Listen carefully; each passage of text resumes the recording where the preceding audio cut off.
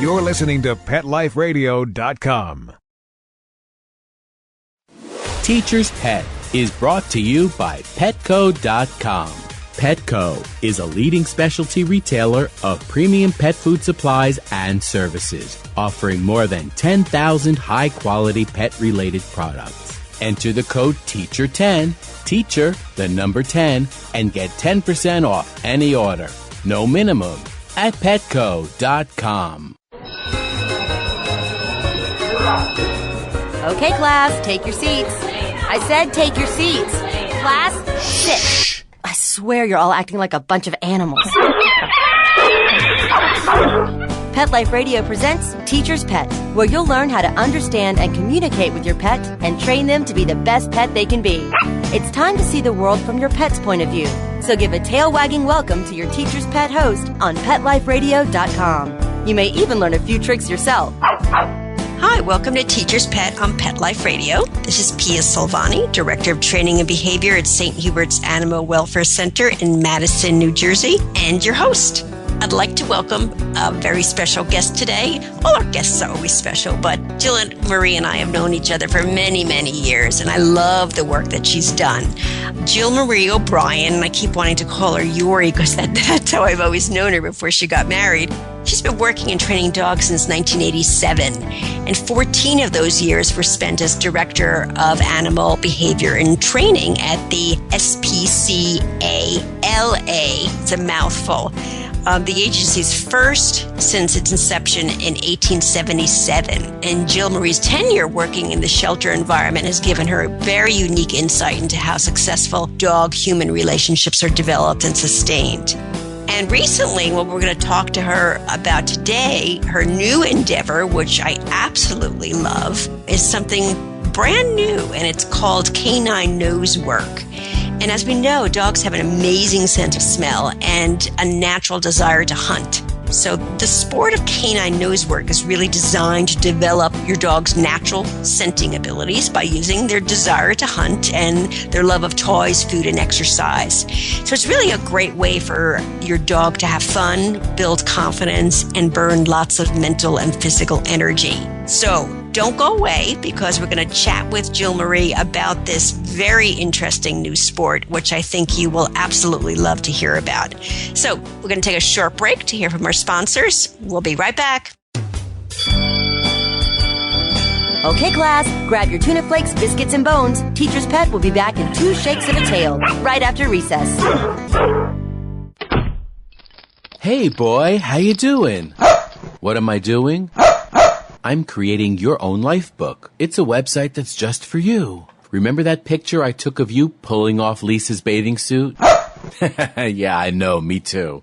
I'm putting that awesome picture on your life book page. We'll see what comments we get. And that great video we took of you standing on the table with your head inside the turkey? That's definitely going on there. No, it's easy. It only took me 2 minutes to set up your page. I chose a great theme, and I can connect with millions of other pet parents. I can also create a memorial life book.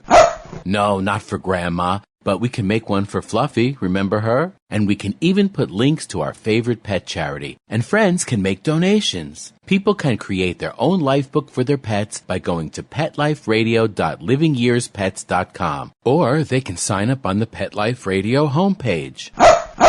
Where's Lisa? She's outside by the pool. Hey, come back here!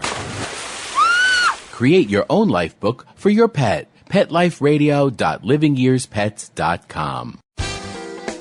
Welcome to Sassy Seniors, a show about our fabulous older dogs and cats. I'm your host, Kelly Jackson. I wanted to create a show to really showcase our senior pets. And, as the human population ages and lives longer, of course, so are our wonderful pets. But many of us with aging pets, it's so interesting. We have a tough time realizing or really admitting that they are seniors. So, in a way, I kind of like to think of our senior pets as wise puppies. What do you think about that? Be sure to join us for another edition of Sassy Seniors. And remember, celebrate your senior pets. Every week on demand, only on PetLifeRadio.com. Let's Talk Pets on PetLifeRadio.com.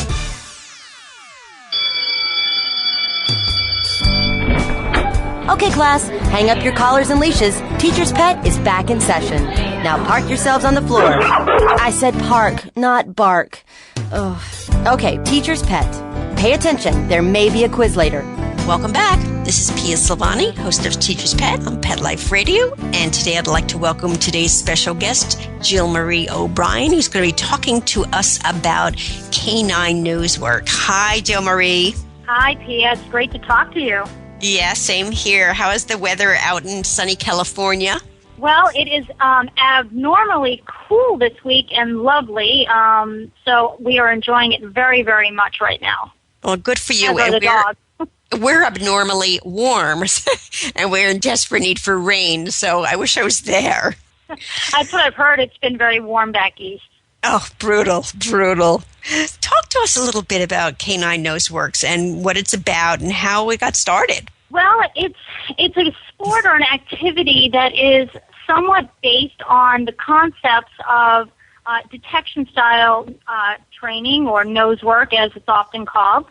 And it started probably, 2006 would be when things kind of got going. The sport aspect of it probably kicked off more in 2007 towards 2008. And it really was sort of a meeting of minds between myself and the two other co-founders, Ron Gaunt and Amy Haro. We trained together, and we trained our detection dogs and worked quite a bit with Ron, who's done sort of fun nosework type classes in the past. And we kind of put our heads together, and we saw how much our dogs, our personal dogs, just love doing the work. I mean, when you see the dogs do it, you're just always so amazed. And with my shelter background and seeing so many, dogs come in with broken relationships and dealing with as many pet owners and pet dog relationships that I have over the years, and Amy's years of experience working in the same field as I, as with companion dogs, and working with me at the shelter as well. And Ron's 40 years. I mean, Ron was born dogs. I think he talked dog probably before he actually talked human. He's just one of those kind of natural, great dog guys. Right. And, and I felt very lucky to have an opportunity to work with Ron with doing the detection and training my dogs. So, Ron had been doing something very similar, just more loosely sort of relaxed kind of a class, and we started putting our heads together and putting together kind of a class concept. And, of course, being at the shelter, my goal was always to bring great stuff for the shelter environment as well. So it sort of started from there, with people just coming and having a good time with their dogs, taking what some of the stuff that Ron had done before and what Amy and I had done before in other venues, kind of just putting it together. And from there, people just latched onto it. When people actually got to see their dogs just work in such a natural way, it was probably one of the most amazing things that I had seen in all my years of dog training, the way that companion dog owners, along with sport dog people, sort of just really latched onto it. It was quite amazing. And then, of course, we had the agility folks that got involved, and you get that competitive edge in there, and they really started pushing us to keep moving forward and keep adding challenges. And that's sort of how it just kind of grew over the last few years. And before you know it, it's sort of where it is right now. Very cool. Amazing. A really amazing 4 years. Good for you. Yeah, I know it's growing in leaps and bounds, and we'll talk a little bit more about that, how people can get involved. But I recall you saying at one point that it can build the confidence of a shy dog. How does it do that? Well, I mean, I know there's a lot of scientific reasons why when dogs do, scent work and start relying on that strong ability that they have. The actual, anatomy of the brain is probably above my pay grade to describe here, but there's been a lot of, the dog's sense of smell is their strongest sense, and it's key to so many other elements of their life, and they explore their entire world that way.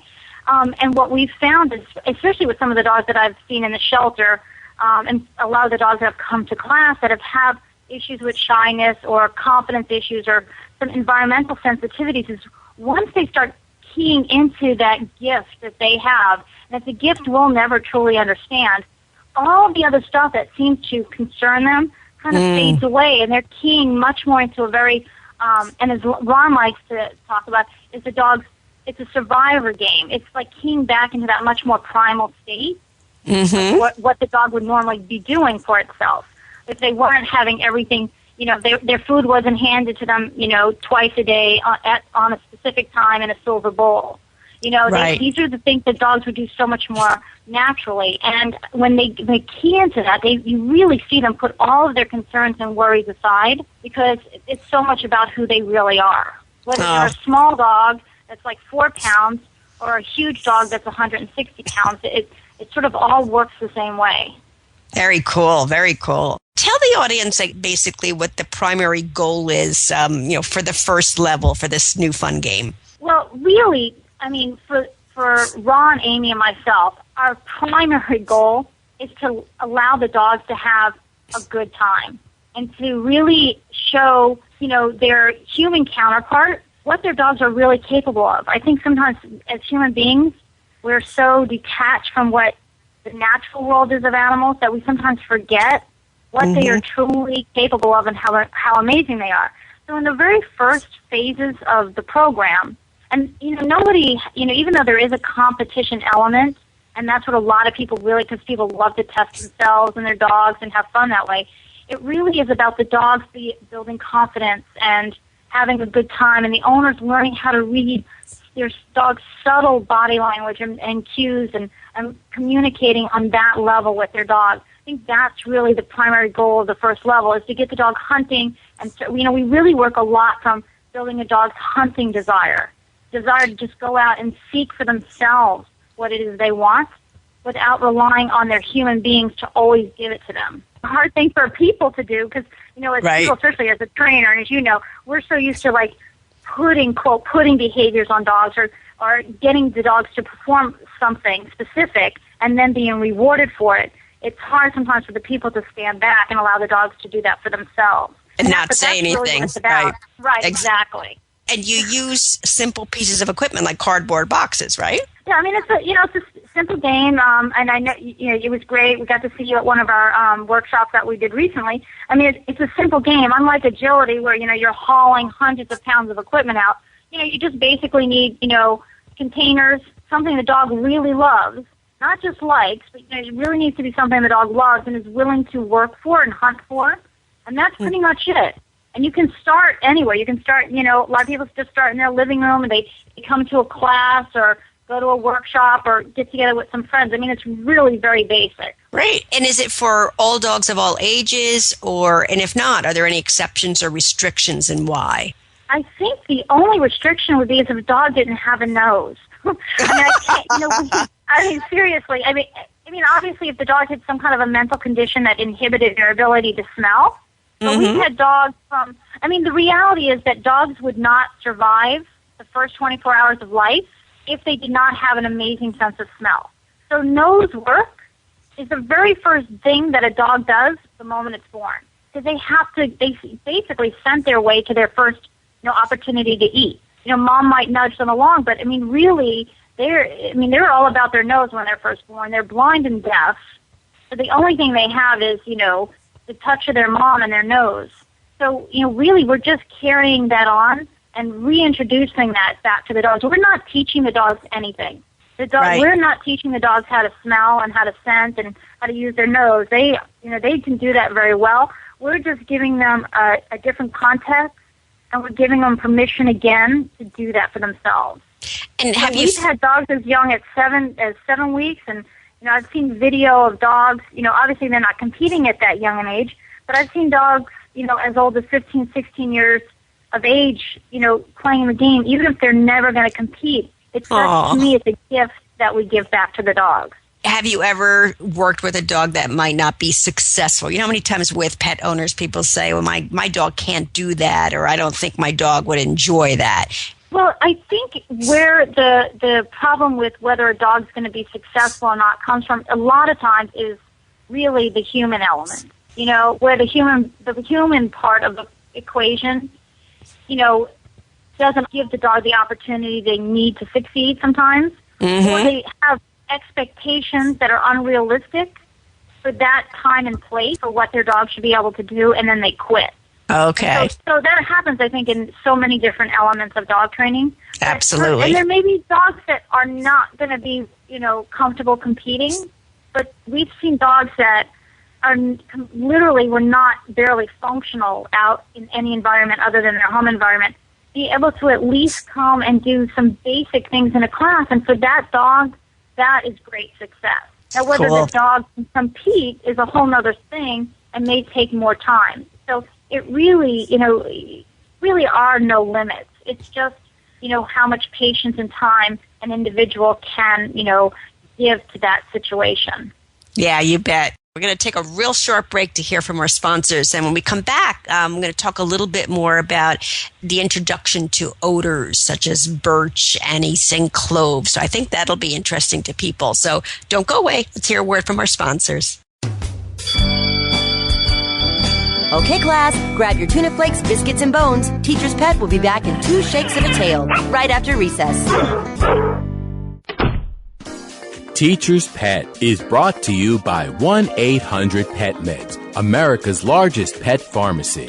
1-800-PET-MEDS is your best source for pet medications, vitamins, supplements, and pet supplies. Get great savings, fast service, and free shipping. Go to petmeds.com/teacher to get 10% off any order and free shipping on orders of $39 or more.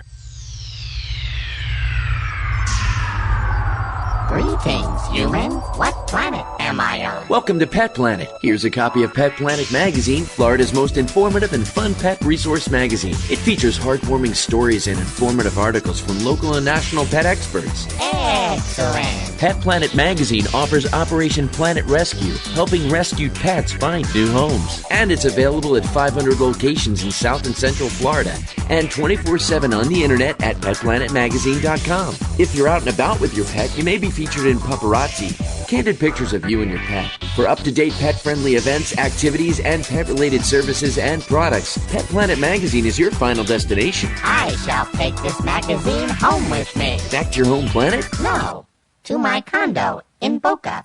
Pet Planet Magazine. Check them out at www.petplanetmagazine.com or 352-394-8578. It's out of this world.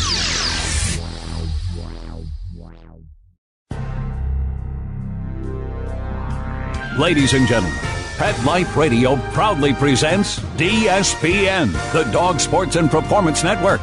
Get ready to unleash the dog sports enthusiast in all of us, from speed joring and mushing to racing, agility, and competition. This is the place to learn all about the dog sports and activities that you can do with your furry best friend and canine competitor. So get ready for game time. DSPN with your host, Lori Williams, every week on demand.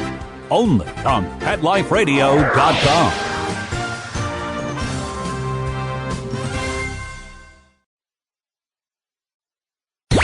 Let's talk pets Let's talk pets on Pet Life Radio. Pet Life Radio. PetLifeRadio.com.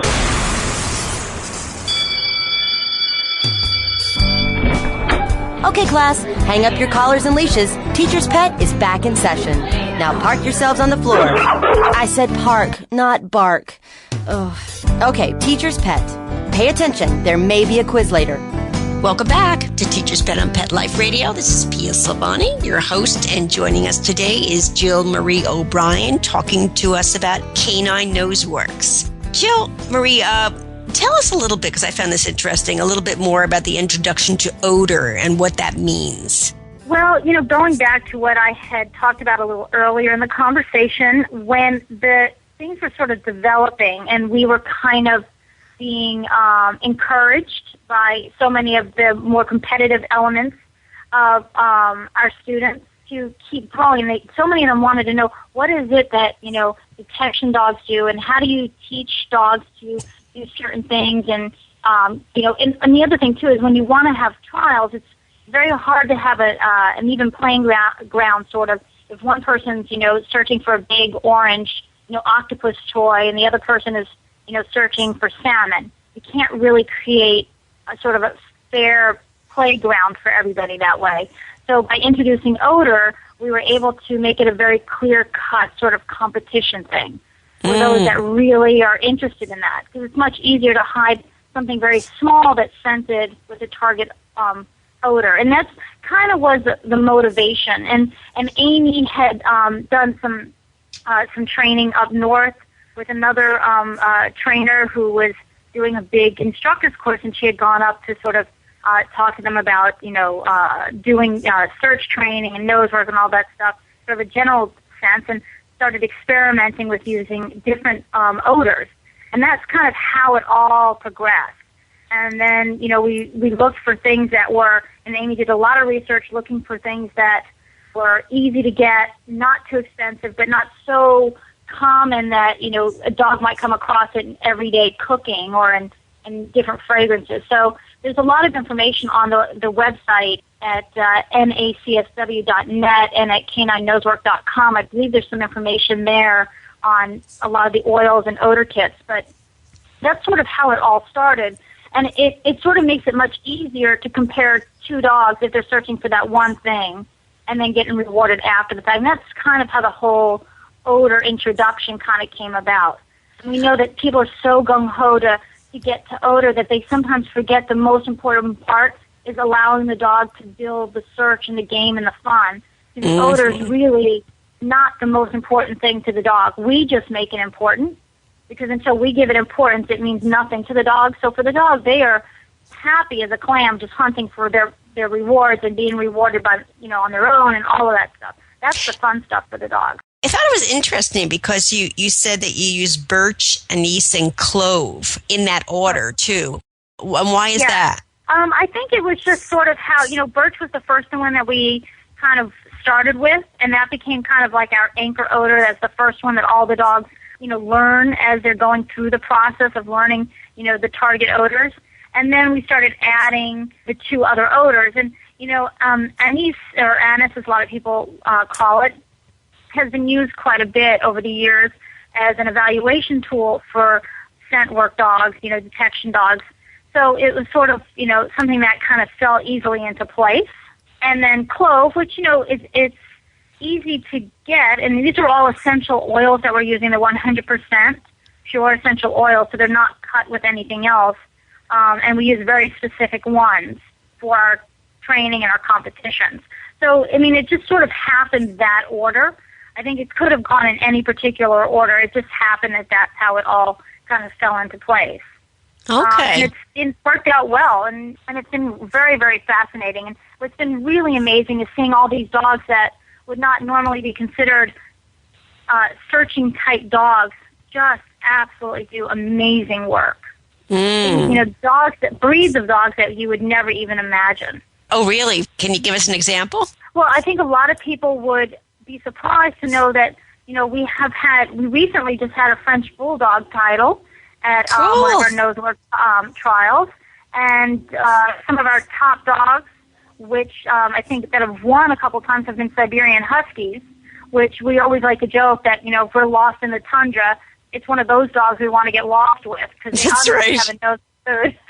So, it's like, we always have preconceived notions that the dogs that should be doing this are labs and shepherds and scent hounds.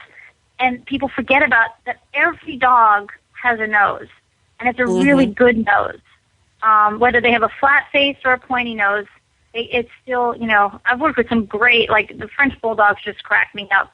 Yeah. I've seen some amazing pugs, too. So it's just, we had Salukis, and we have Whippets, and we have Poodles, and it's just really great. I love it. And being the person that's worked in the shelter, just seeing so many, not only purebred dogs, but it's open to mixed breeds, of any mix. So that just is so wonderful. Yeah, speaking of the shelter, too, because this is a program that we plan on starting at our shelter at St. Hubert's. Talk to me a little bit about what you did with the shelter dogs in Los Angeles. Well, prior to leaving SPCA LA, I was sort of, when you see something that shows such great promise, especially when you have a lot of folks coming to classes, and we've had dogs all over the place, all over the West, the Western United States, and now the Eastern. We're visiting the Eastern United States, that have a variety of challenges, some of them that have gone through. A lot of them have been shelter dogs. And, you see how great they're doing, and you look at the dogs in the shelter, and one of the key elements of the shelter is how do we enrich these dogs' lives that are kept in cages all day? We're short on volunteers. Sometimes space is a limitation. Not everybody has acres of land to take dogs to run on. What can we do for the dogs? And, what a great thing to do for a dog in the shelter, but to allow them to express such a natural part of their lives in a way that's so self-rewarding. It can get volunteers involved. It's so much fun when they start getting into it. And I've worked with dogs with a lot of control and impulse control issues, and I've seen great, success, teaching the dogs to really learn to reel it in when they figure out that they can do this for themselves, and they don't have to, harass the people in the room for rewards, that those rewards are out there waiting for them. And it's just been, I loved doing it in the shelter. It was just great to see some of the dogs really just shine, and dogs that volunteers didn't even want to work with or take out of the kennels become manageable because they had an outlet for all of that pent-up energy. Right. Not just running around, but actually focused, controlled, pointed exercise that the dogs could do. That it was not just physical, but it was mental as well. Yeah, definitely. And you can see that, anytime they're using their noses. My dogs love if we throw even just a ball out into, the wheat field or the cornfield. There's nothing greater for them is to just be searching for that ball. Those tails are going, and they're tired. They are really tired when they're done. It's the greatest thing when people tell me, oh, my God, I could run my dog 12 miles and the dog still has energy. They do 10 minutes of nose work and the dog sleeps for 2 hours. I'm like, that's the gift for the people. Yes, nose work is the gift to the dogs, but that's the gift for the people is that, when you have those dogs that are insatiable about needing exercise to be able to wear them out in such a great way, especially with our busy lives, to find creative ways to do that is such a blessing sometimes. Right. And when you think about it, too, we've had this 2 weeks of unbelievable heat, where it's been 100 degrees or dogs have not been out and they haven't been exercised. So this can be a great indoor sport for them as well. Yeah, in this kind of weather or even in the wintertime, when it's to the point where you can't actually get out your front door, especially back east, something that we don't, benefit as much here, which are these great basements. A lot of my friends back east have these amazing basements that are like little dog training rooms or spaces to train and garages. It gives you something to do during those times when you really cannot have access to the outdoors. Yes. And, it's something that can go with you. I always tell, a lot of my students in my nose work class that, every time you travel, every new hotel room is a new search space. Before True. you move into that hotel room, you can go in there and set up a little search, tire the dog out, and then you have a few minutes to get unpacked and do what you need to do, especially if they've been cooped up for an hour. So everywhere you go in life is a potential search area. That's how I always look at it. That's good. I see from your website that you've got lots of classes in California. Boo-hoo. But what if people are interested in conducting a class or going to a class in their area? How can they learn more about this, and how can they get it started possibly? Well, one of the things that we're really trying to get moving on is getting more and more classes spread out outside of the western United States. And that's one of the things that Amy and I were doing when we were back east, was trying to get people up to speed on getting classes started. And I do believe that there are classes started. I know one of our certified nosework instructors is in the New England area, and more of the folks that have shown such enthusiasm for it back east are starting to really want to get into instructing, and we're slowly starting to incorporate them into what we're doing, and a lot of people are getting classes. And I actually believe aren't there some classes now that are getting started even at St. Hubert's, if I'm not mistaken. Yes, we've got beginner level. How can a trainer get certified? Well, the instructor certification, we're going through some curriculum updates right now to incorporate all of the people now from the East Coast. Everything was so built around initially what we were doing here on the West Coast. The best thing to do, the very first thing we tell anybody to do, really, is try and get to an introduction to nosework workshop. So, you can obviously get an idea of what the philosophy and the concepts are behind what we're doing, and then to start practice groups or if you've got, if class is going, you get classes started just so you can get an idea and a feel for it, because it's sort of like a catch-22. It's hard to learn advanced concepts unless you have some, basic, class time in and a lot of dog observation. Really, I can't emphasize more how important it is to watch lots and lots of dogs do nose work.